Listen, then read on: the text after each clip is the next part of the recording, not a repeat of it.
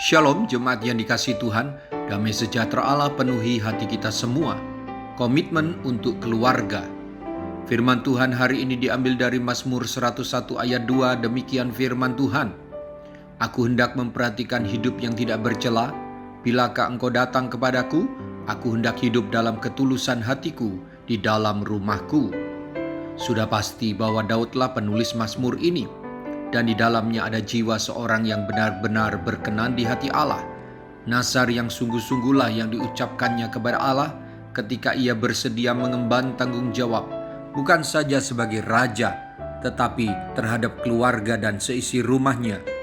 Daud bernazar mengenai tindak tanduknya, mengenai segala tindak tanduknya secara umum, bagaimana ia akan menjaga perilakunya dalam segala hal. Ia akan hidup sesuai dengan aturan firman Tuhan dan tidak semau-maunya, tidak macam-macam. Meskipun ia raja, ia ingin mengikat dirinya dengan janji yang sungguh-sungguh untuk bertingkah laku baik.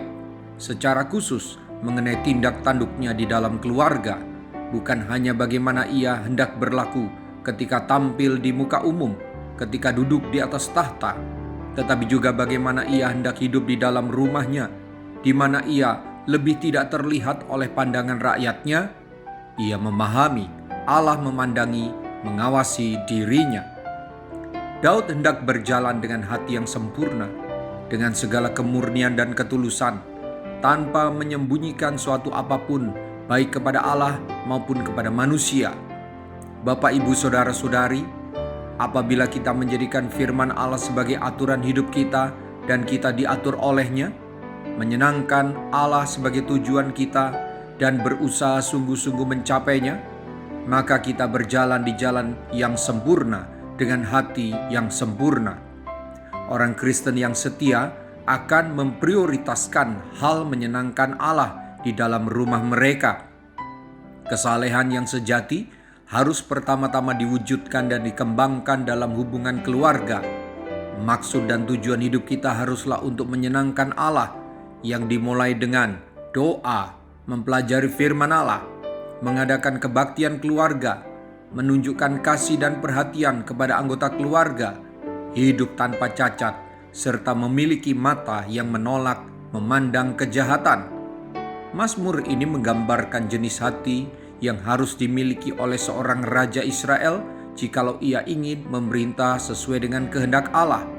Sikap-sikap yang terungkap dalam Mazmur ini juga mengena kepada setiap para kepala keluarga dengan seluruh anggota keluarga. Jika nazar Daud ini kita juga lakukan dengan setia, niscaya keluarga kita akan kuat, ada damai, dan ada kasih yang dirasakan. Mari kita bertekad, perbarui komitmen kita. Mari kita berdoa.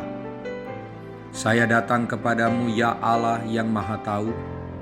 Engkau tahu apakah hatiku tidak bercela, apakah hatiku tulus. Ketulusan yang Engkau cari bukan saja saat aku di tengah keramaian orang yang memandangku, tetapi juga kemurnian dan ketulusan hatiku dalam keluargaku, dalam pernikahanku.